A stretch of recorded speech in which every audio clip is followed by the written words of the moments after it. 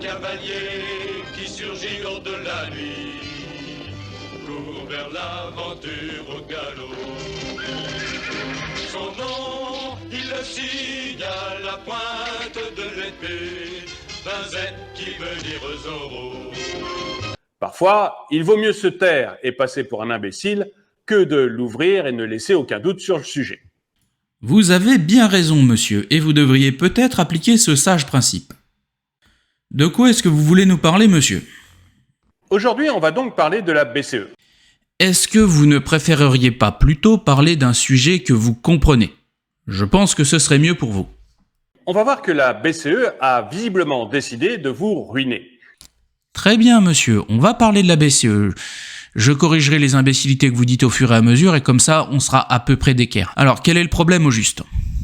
On a une augmentation des prix qui est très élevée et une BCE qui ne semble pas du tout vouloir bouger. 5 minutes plus tard. Aujourd'hui, la seule chose qu'elle accepte, c'est de réduire ses achats massifs de dettes des États.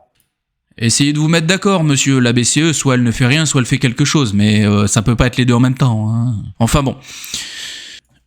Vous me direz, ça fait qu'il a au moins raison à un moment ou à un autre. Eh ben, pas du tout en fait, pas du tout. Quand monsieur nous parle d'achat massif de dettes d'État par la Banque Centrale Européenne, il nous parle de l'Asset Purchase Programme. Ce programme est plus connu sous le nom de Quantitative Easing. Et d'une part, ce programme ne va pas être réduit, il va être arrêté. Bon, techniquement, c'est une réduction à zéro, je conçois.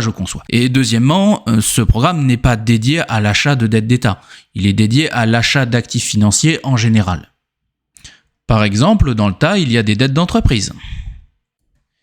Et finalement, il y a un dernier point très rigolo, c'est qu'il y a un an de ça, monsieur a sorti une vidéo nous présentant le quantitative easing comme une chose terrible, et aujourd'hui, il vient nous expliquer que l'arrêt du quantitative easing est en fait une chose négligeable. Bon, je ne cherche pas la cohérence, je pense que je ne trouverai rien. Enfin bon, on va rendre la parole à monsieur, il a envie de continuer à se ridiculiser. On peut se demander pourquoi.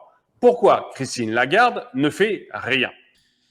Alors déjà, Madame Lagarde ne fait pas rien, puisque vous venez de nous dire qu'elle a fait arrêter le quantitative easing.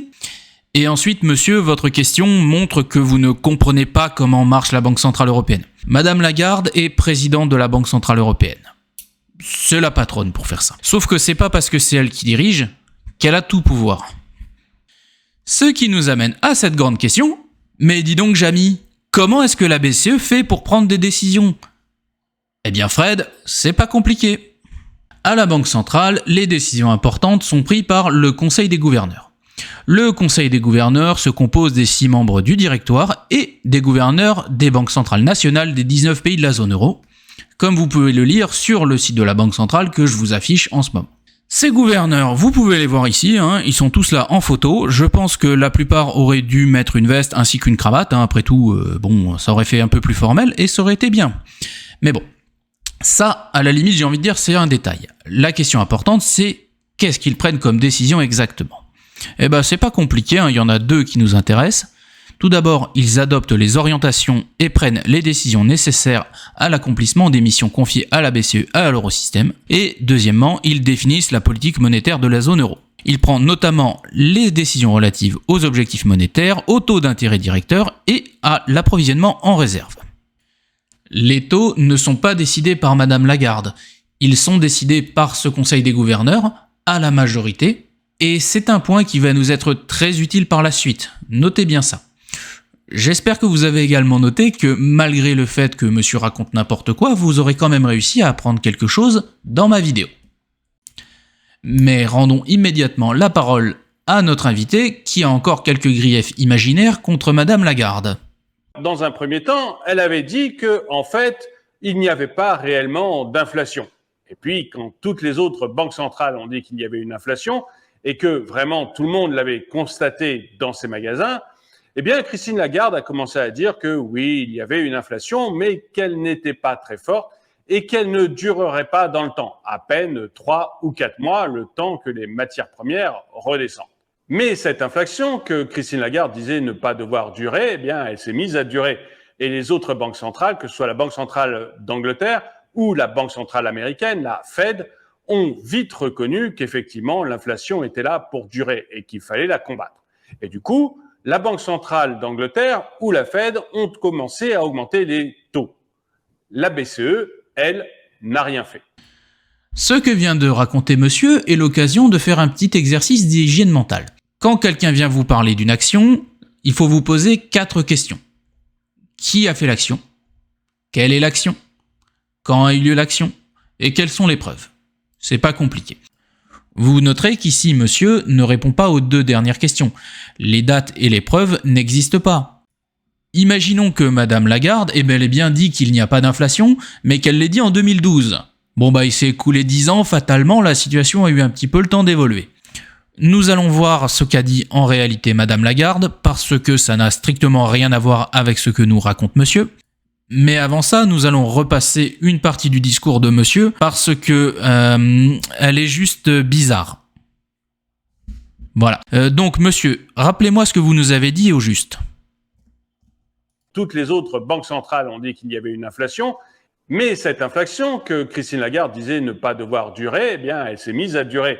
Et les autres banques centrales, que ce soit la Banque centrale d'Angleterre ou la Banque centrale américaine, la Fed, ont vite reconnu qu'effectivement l'inflation était là pour durer et qu'il fallait la combattre.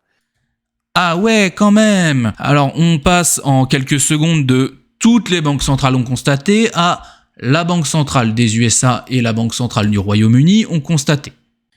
Chez moi, ça fait 2. Y a-t-il plus de 3 pays sur la planète ? Évidemment, en fait, il y en a 195. Je sais que les maths c'est pas facile, mais là quand même c'était un niveau assez faible, hein ? Bon, on va parler maintenant du deuxième petit problème de votre argument. Nous avons vu que vous n'êtes pas très doué en maths, mais vous n'êtes pas beaucoup meilleur en géographie.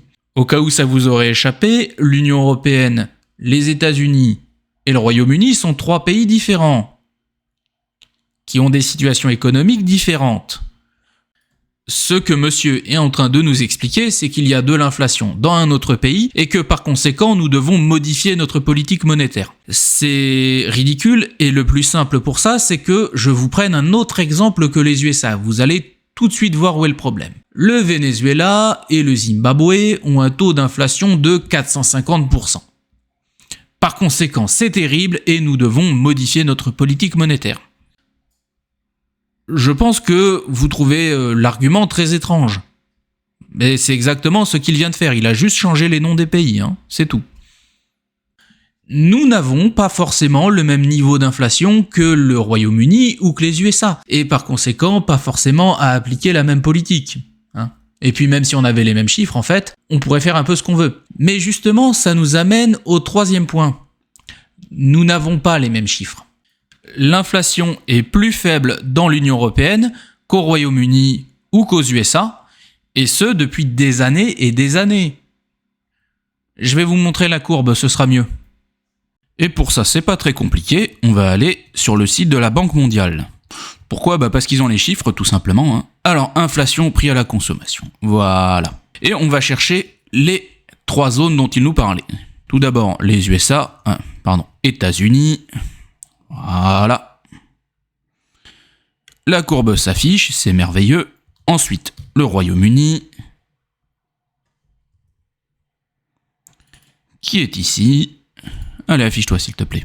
Voilà. Et finalement, la zone euro. Parce que bon, c'est ça que gère la Banque centrale, donc on va pas s'amuser à prendre autre chose. Et nous avons donc nos 3 courbes. Bon, alors le souci, c'est que l'euro, ça n'existe que depuis l'an 2000. Donc on va commencer notre série à partir de là. Et qu'est-ce qu'on voit ? Alors, la courbe des États-Unis, elle est ici. Elle vient de s'afficher en rouge parce que je la surligne.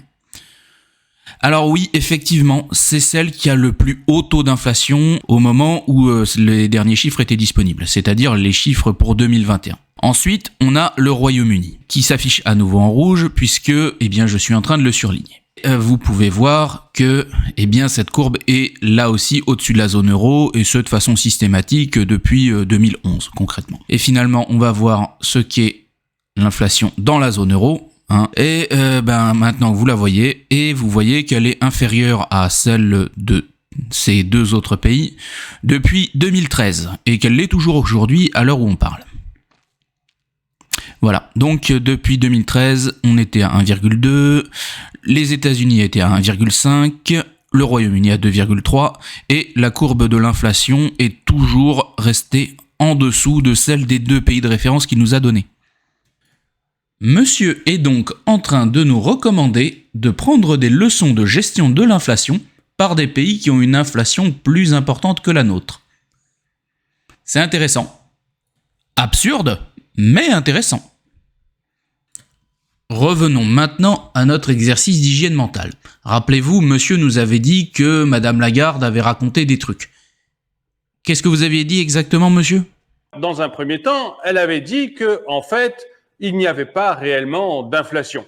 Et puis, quand toutes les autres banques centrales ont dit qu'il y avait une inflation et que vraiment tout le monde l'avait constaté dans ses magasins, eh bien, Christine Lagarde a commencé à dire que oui, il y avait une inflation, mais qu'elle n'était pas très forte et qu'elle ne durerait pas dans le temps, à peine 3 ou 4 mois, le temps que les matières premières redescendent. Là, monsieur est en train de vous prendre pour des faisans. Il n'y a pas d'autre mot. Bon, après, peut-être que monsieur dit ce qu'il a compris, c'est-à-dire pas grand-chose. Enfin bon, on va vérifier ce qu'a dit Madame Lagarde. Juste une question comme ça. La période dont nous parle monsieur, elle aurait commencé quand ? Eh bien, si on écoute seulement le discours de monsieur, on peut pas le savoir. Fort heureusement, la Banque Centrale Européenne est un petit peu plus sérieuse que lui, et elle tient des archives de ce qu'elle raconte. Donc on va vérifier ça tout de suite. Comme d'habitude, nous allons faire quelque chose de très technique, nous allons aller voir sur le site de la Banque Centrale. Et puisqu'il nous parle de Madame Lagarde, nous allons voir ce qu'elle a raconté exactement et quand. Ce qui nous intéresse, ce sont les Latest Monetary Policy Decision. De quoi s'agit-il exactement ? Eh ben, c'est pas compliqué. Tous les mois, la Banque Centrale Européenne explique qu'est-ce qu'elle va faire en matière de politique monétaire. Et c'est expliqué dans cet article-là. Enfin, sur cette page web-là. Visiblement, la Banque Centrale Européenne s'est dit qu'elle avait affaire à des gens comme monsieur qui sont probablement illettrés, donc elle a donné une version audio du discours de Madame Lagarde.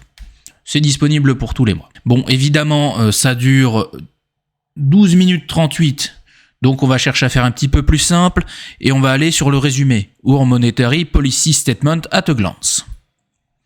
Et dessus, qu'est-ce qu'on peut lire ? Bah déjà, on peut lire que c'est en anglais, donc on va essayer de le passer en français. Donc, notre déclaration de politique monétaire, en bref, avril 2022.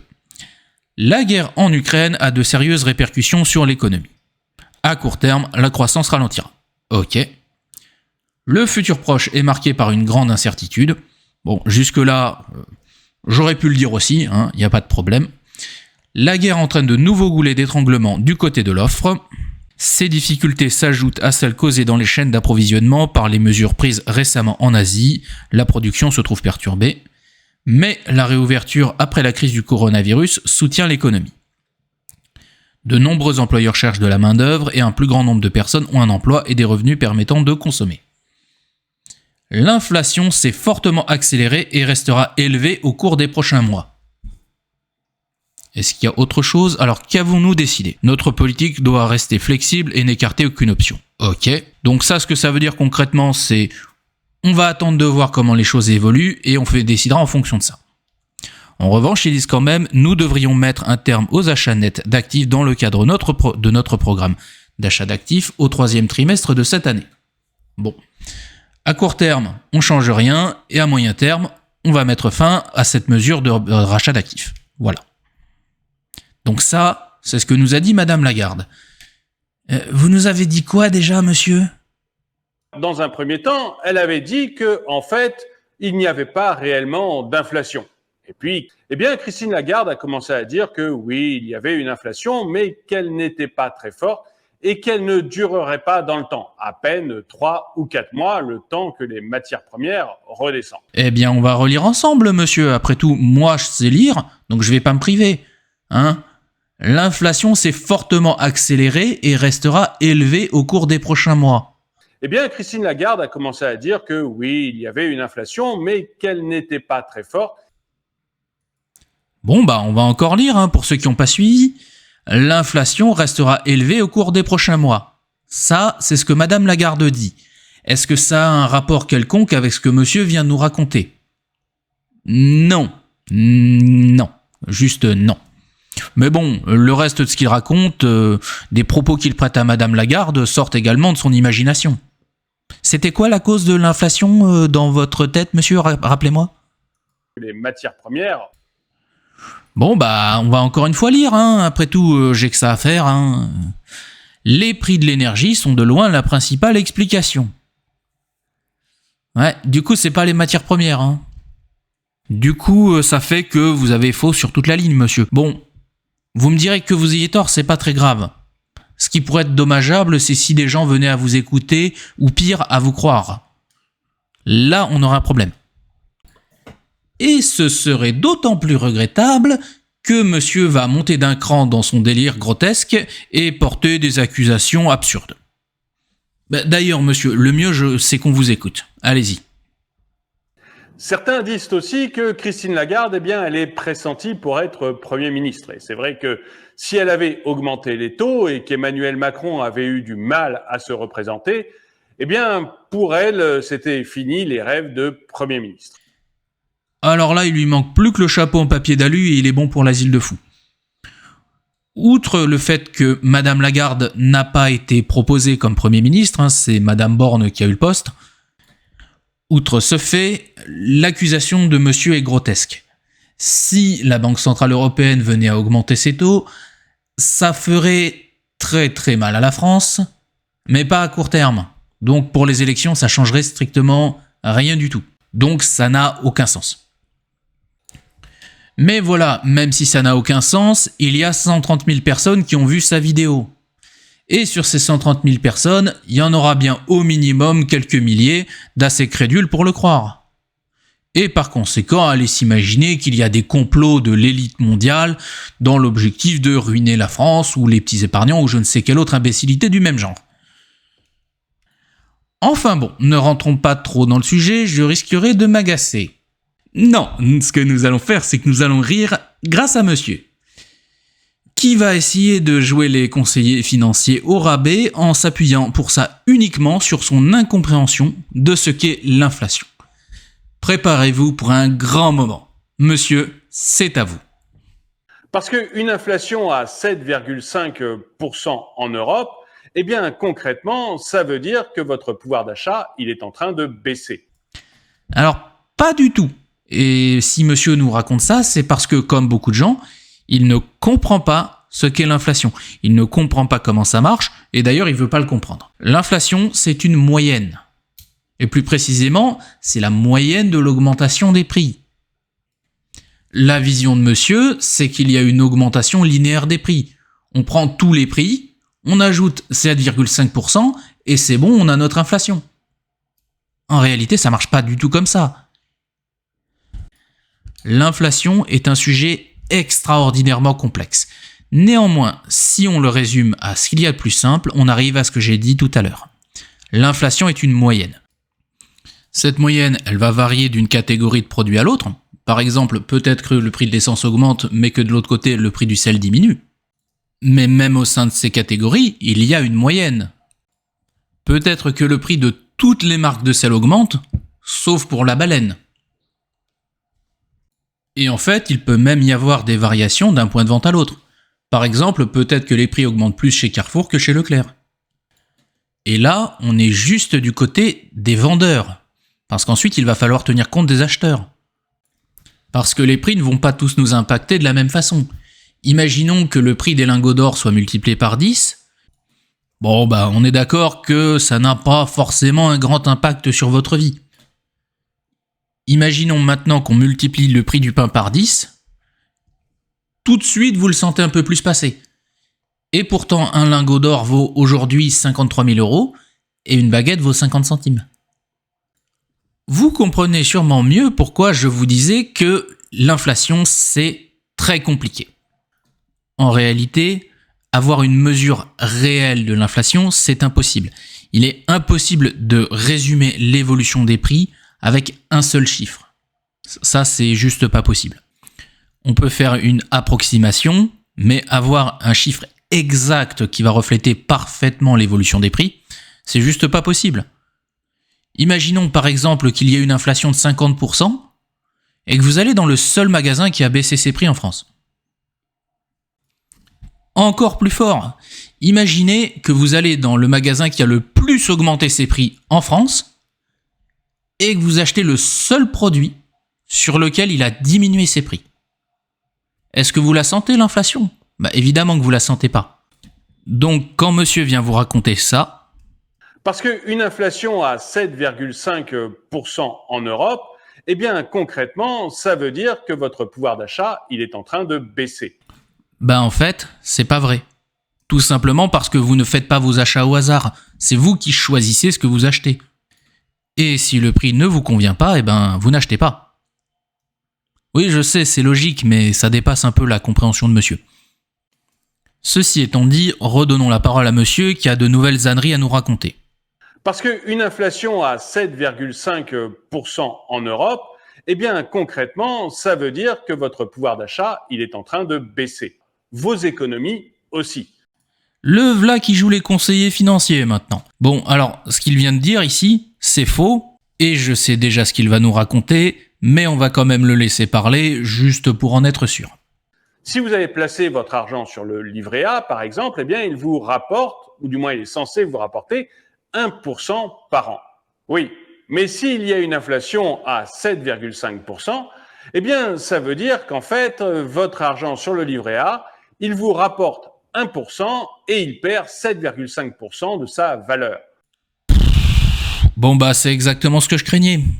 Alors on va faire des maths de base, monsieur. Mais vraiment de base, hein. Quand je dis de base, c'est niveau CP en fait. Alors, on va reprendre votre exemple. Je place 100 € sur mon livret A. Il me rapporte 1%, dans notre cas 1 euro. J'ai donc 100 plus 1, 101 €. Combien est-ce que j'ai perdu ? La réponse est évidente pour n'importe qui a un cerveau, mais je vais quand même le dire. La réponse est rien. J'ai gagné 1 euro. Et c'est pas la peine de me parler de votre histoire de pouvoir d'achat, monsieur. On a expliqué juste avant pourquoi ça marche pas. En fonction de ce que vous choisissez d'acheter, vous allez être surexposé ou sous-exposé à l'inflation. L'inflation, ça n'a aucun sens au niveau d'un individu. Ça a du sens au niveau d'un État. Ça, c'est un point très simple que même un enfant est capable de comprendre. Maintenant, on va faire marcher un petit peu nos neurones. Et puisque monsieur veut jouer les conseillers financiers, moi aussi je peux jouer à ça, il n'y a pas de problème. Après tout, je suis conseiller en investissement financier accrédité, et oui, c'est une profession réglementée. Votre épargne, elle peut être soit constituée de placements monétaires, typiquement c'est le livret A dont parlait monsieur, vous avez de l'argent à la banque, et la banque s'engage à vous verser un intérêt dessus. Ou alors, votre épargne peut être constituée de titres financiers. Par exemple, vous pouvez posséder une assurance vie dont les fonds sont essentiellement investis sur Auchan. Dans ce cas-là, ce que vous possédez, ce n'est pas de l'argent, ce sont des titres financiers. Et dans le cas présent, ce sont des parts d'Auchan. Et si vous voulez récupérer votre argent, vous allez appeler la compagnie d'assurance qui va vendre ces titres et vous reverser le produit de cette vente. Et les plus malins parmi vous auront compris que ces titres sont des produits. Et que donc, dans la logique de monsieur, ils sont impactés par l'inflation. Ce qui fait que votre épargne augmente mécaniquement du montant de l'inflation. Toujours dans la logique de monsieur, qui n'a rien à voir avec la réalité. C'est incroyable quand même, parce que même dans le monde imaginaire qu'il s'est créé, où il décide des règles, il a tort.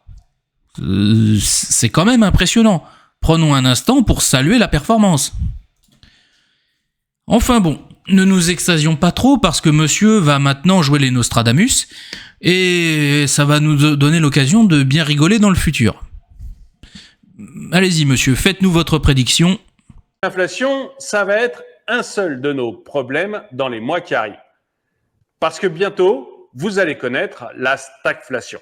La stagflation, c'est une croissance faible avec une inflation forte. Et la caractéristique de la stagflation, c'est que ça crée énormément de chômage et de problèmes de pouvoir d'achat. Vous savez quoi, monsieur ? Je vais faire un pari. Le pari que d'ici décembre, il n'y aura pas de stagflation. Si vous avez raison, je viendrai m'excuser bien gentiment. Et sinon, je viendrai me moquer bien méchamment. Je préfère prévenir quand même que c'est pas la première fois que je fais un pari sur ma chaîne et que je les ai tous gagnés. Vous vous demandez peut-être pourquoi est-ce que je suis aussi sûr de moi sur le fait qu'il n'y aura pas de stagflation à la fin de l'année. Eh bien en fait c'est très simple. La prédiction de monsieur est basée sur son incompréhension de ce que dit Madame Lagarde. Madame Lagarde dit que la croissance sera plus faible que prévu. Et monsieur entend la croissance sera faible. La réalité est que la Banque Centrale Européenne a revu ses estimations de croissance de 3,7% à 2,8%. Alors 2,8%, on n'a pas vu ça en France depuis 2004. Sur ce, nous allons arrêter cette vidéo ici. Chers spectateurs, voici ma conclusion. Mes deux conclusions en fait. Tout d'abord, méfiez-vous de ce que dit monsieur. Ici, il nous parle de la BCE et il nous parle de l'inflation alors qu'il ne maîtrise absolument rien à ces deux sujets. Ce qui ne l'empêche absolument pas de raconter n'importe quoi. Et ma deuxième conclusion sera sur l'inflation. Je vois énormément de gens s'inquiéter de l'impact de l'inflation sur leur situation personnelle. Sachez que ça n'a aucun sens. Vous pouvez être rassuré sur ce sujet-là. L'inflation a un intérêt au niveau d'un État. Mais sur un individu, ça n'a pas de sens. Comme je vous l'ai dit tout à l'heure, c'est vous qui choisissez dans quoi vous allez dépenser votre argent ou si vous choisissez de l'épargner. Par conséquent, n'ayez pas d'inquiétude excessive vis-à-vis de ce sujet. Sur ce, je vous remercie de m'avoir écouté et je vous souhaite une bonne journée. Renard rusé qui fait sa loi. Zorro, vainqueur, tu l'es à chaque fois.